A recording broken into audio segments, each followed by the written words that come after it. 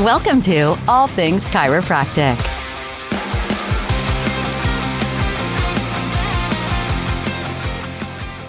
Welcome to another episode of All Things Chiropractic. I'm Paul Andrews. I'm Dr. Mark Davini. Welcome all. All right. So this episode, we're going to be talking about how to spot quality continuing education. I think it's just go to our website.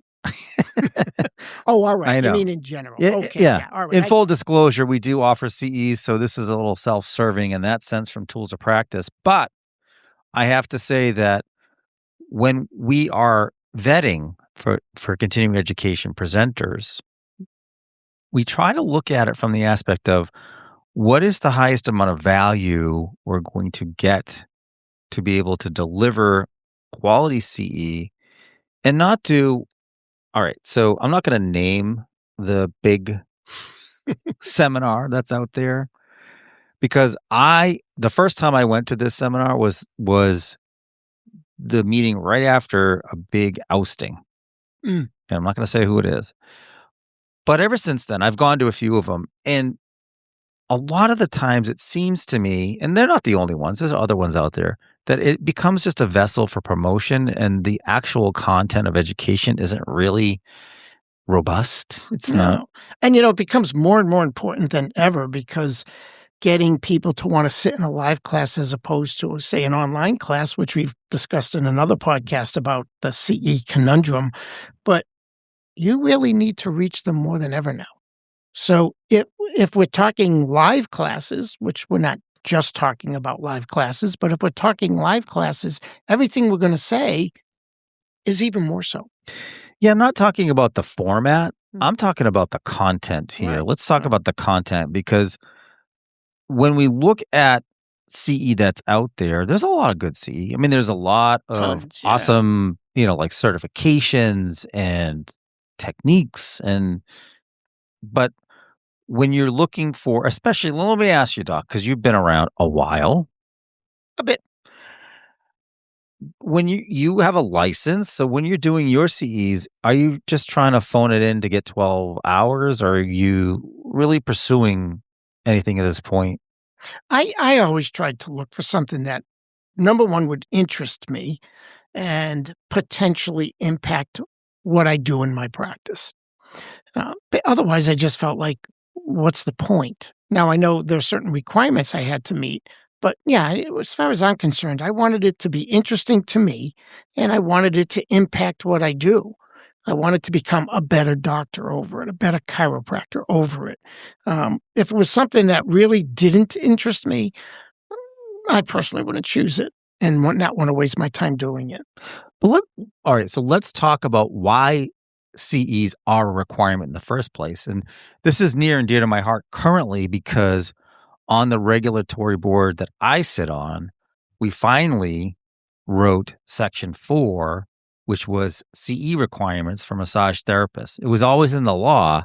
It was just never written. We finally got a measly 3 hours, not very much. Something.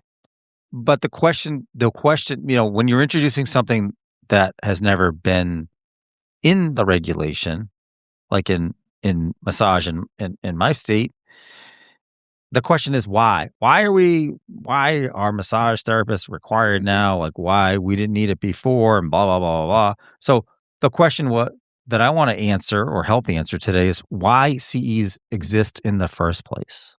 Right? Well, from my perspective, it's simple. Times change. That's the answer. Times change. But times change more quickly now than ever before. So growth Well, they say the older you get, the faster time goes. It goes real faster. It is more exponential change now. When you were younger, you saw change and it was almost a glacier pace. And then all of a sudden, you wake up and what's today is not tomorrow. AI being the perfect example. We can't even talk about it and be timely. It's changing that fast.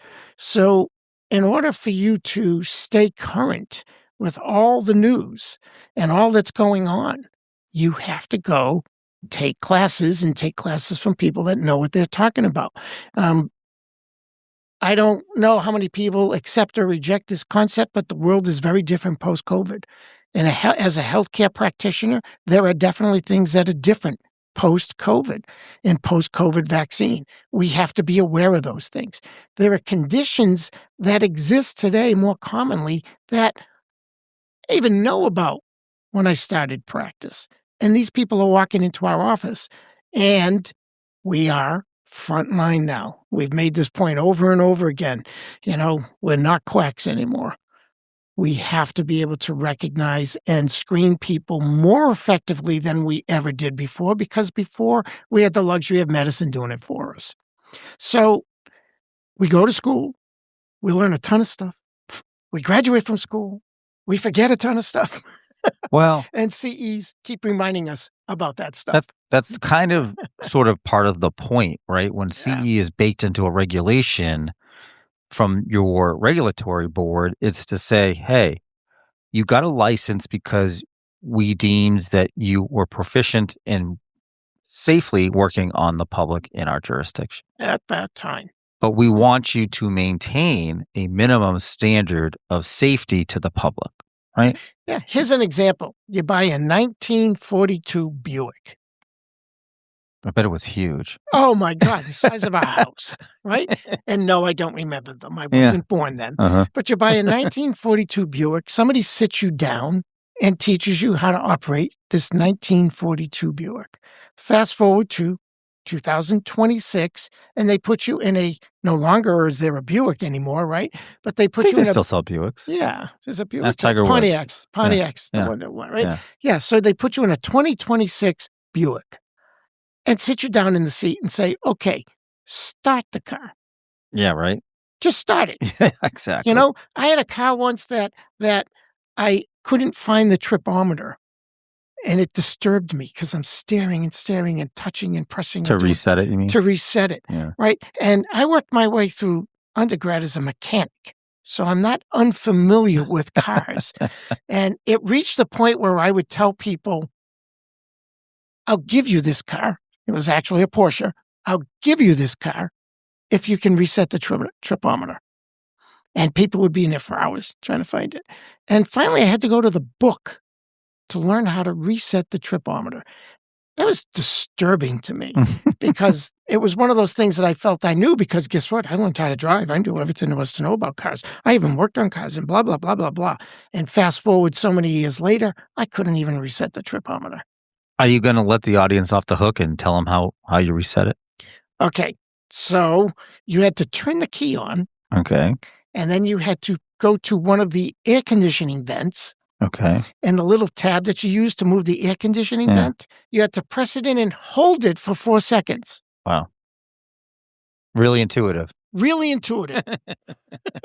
Climate control somehow has something to do with tripometers. I don't know. I have no idea. So if you didn't even turn the key on, if I didn't give the person the key to find out how to reset the tripometer, they were never going to find it.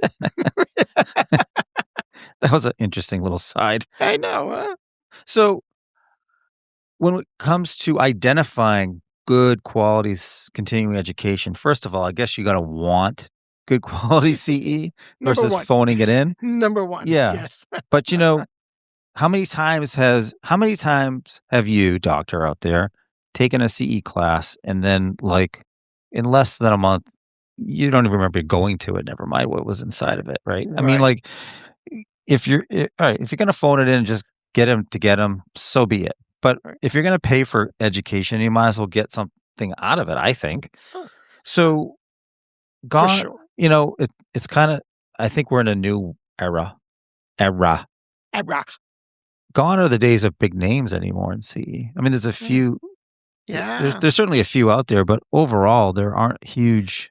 No, I mean, before I think you could ask any 10 chiropractors, give me the biggies, and you'll probably get at least 50% of the same names. Yeah. And it's not that, again, the quality isn't out there. You might even have to search for it a little bit more, or you might have to know something about it a little bit more, but it is out there, and it can be life-changing. I remember one time I went to the 4th module of Ted Kerrig's neurology diplomat program. This was back in the 90s, right? And it was on the autonomic nervous system. friend of mine says, you got to come, you got to take these courses, blah, blah, blah. I sat through that course that weekend and it changed my life chiropractically. It opened my eyes to concepts I'd never understood. And then I went on to complete the diploma program and never sat there.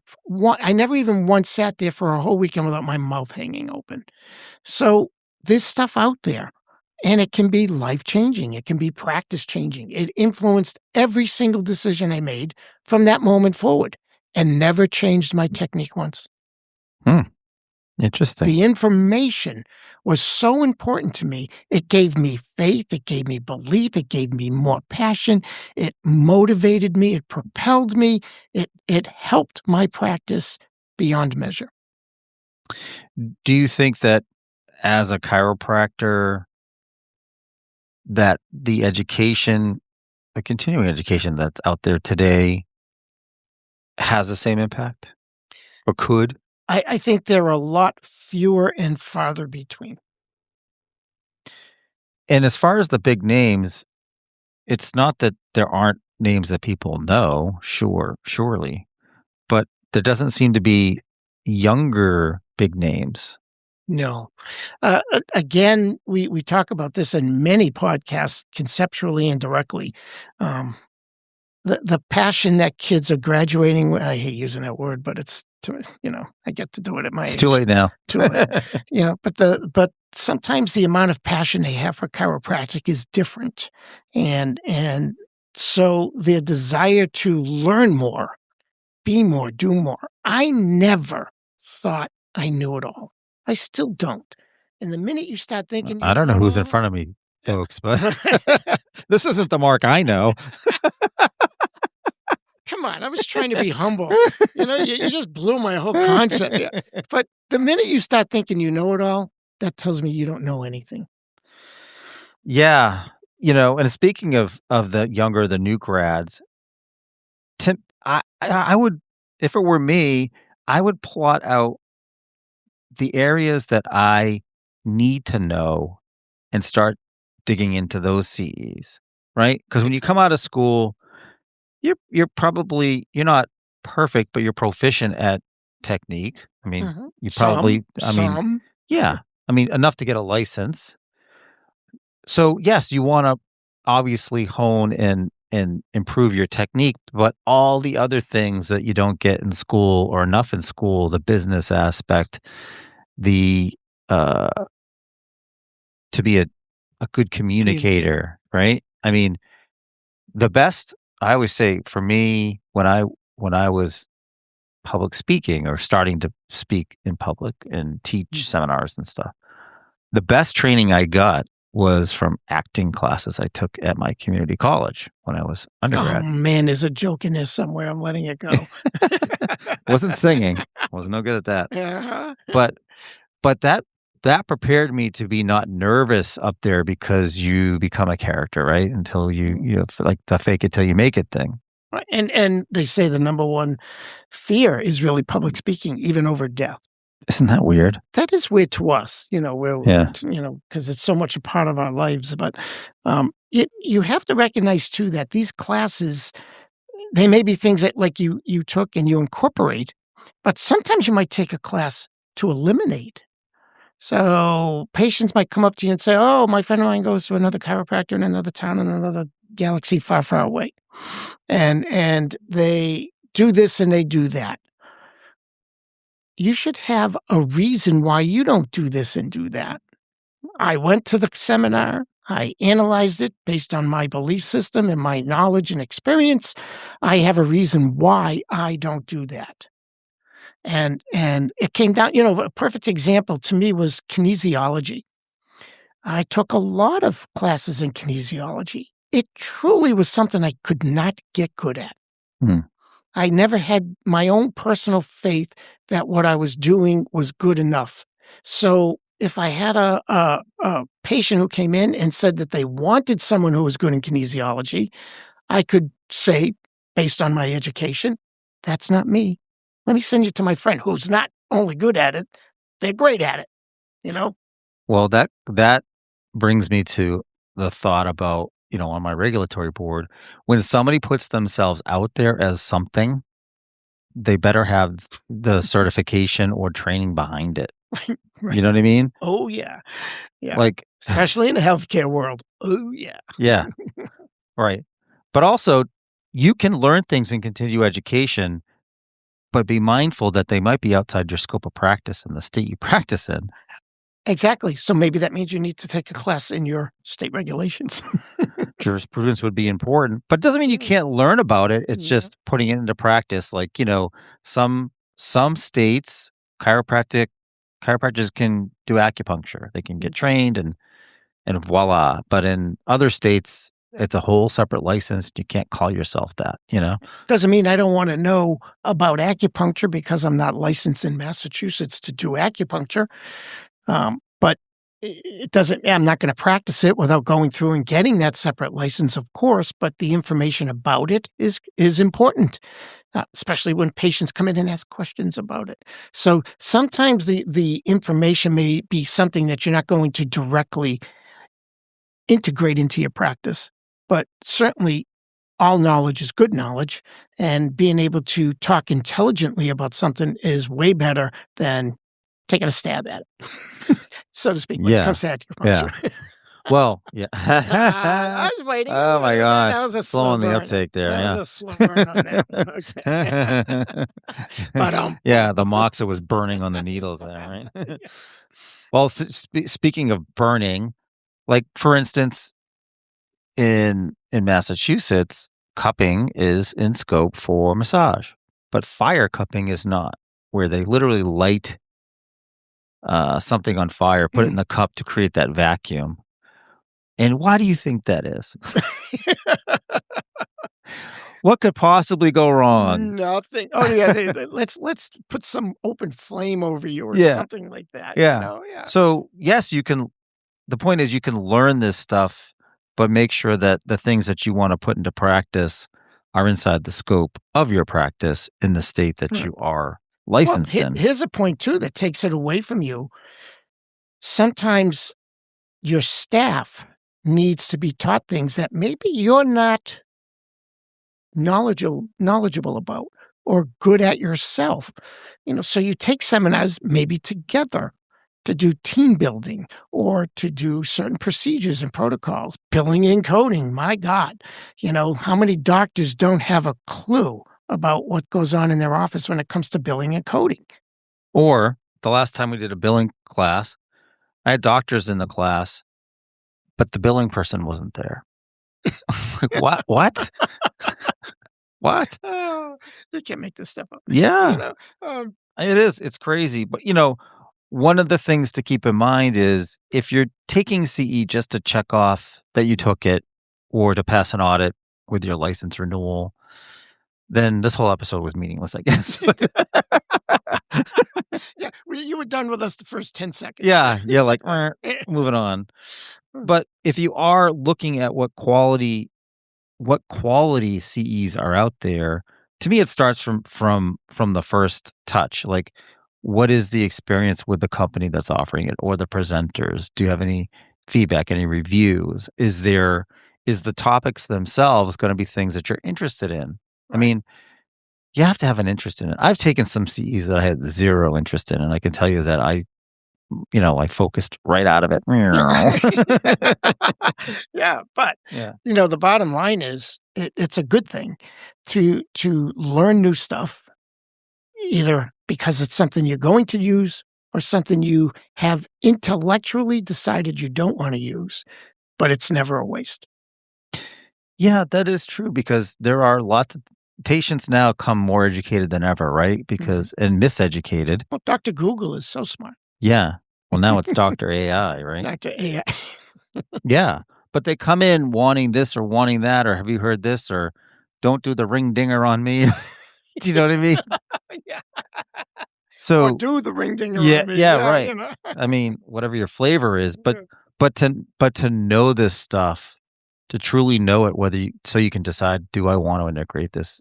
And don't exclude your staff in some of this stuff, because if your jurisdiction allows the CA to do clinical, or at least some clinical, Have they been taught? Are they taking continuing education? Maybe they might be better at some of those machines than you are as time goes on. You know? Well, yeah, I always want to put things in a more serious perspective sometime, and doesn't change the message.